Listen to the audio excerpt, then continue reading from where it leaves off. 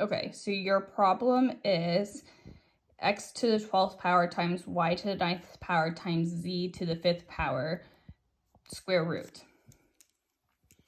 Before you can understand this problem, you need to understand how the law of exponents works. Okay, so if we have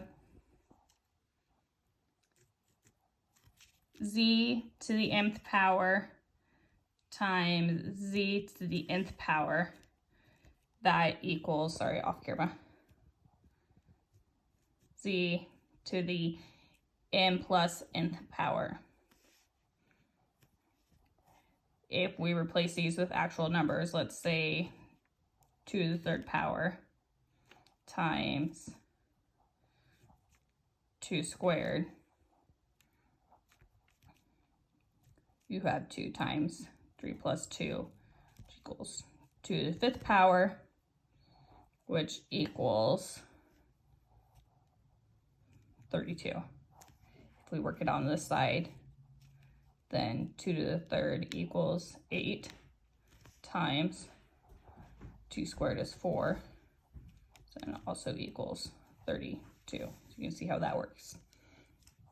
If we have z to the nth power to the nth power, that equals z to the m n power. Again, if we plug in the same numbers as we did before, that is 2 to the 3rd power squared, which equals 2 to the 6th power, which equals 64. If we work this out separately, 2 to the 3rd, again, is 8. If we square 8, equals 64. So you can see how that works in action. So if we come up here, back to our original problem, you can see how this z to the 9th, or sorry, y to the 9th is equal still to this y8 times y. And your z4 times z is equal to your z5th, and your x to the 12th stay the same. When you are taking the square root of something, like if you have the square root of 4, that is the same as saying you have 4, sorry, off screen again, to the 1/2 power. So if we remember our laws of exponents, what we're really saying here is that we have x to the 12th times y to the 8th times, oops, I forgot a y in there, y to the 1st, z to the 4th times z to the 1/2 power. If we distribute that out, we will get x, 12 times 1/2 is 6. 1/2 times 8 is y to the 4th. 1 times 1/2 is y to the 1/2.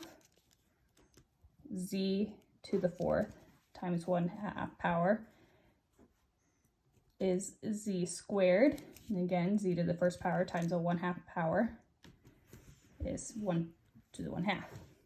If we come back up here and we look up here, we've got this and this that match. So you've got x to the 6.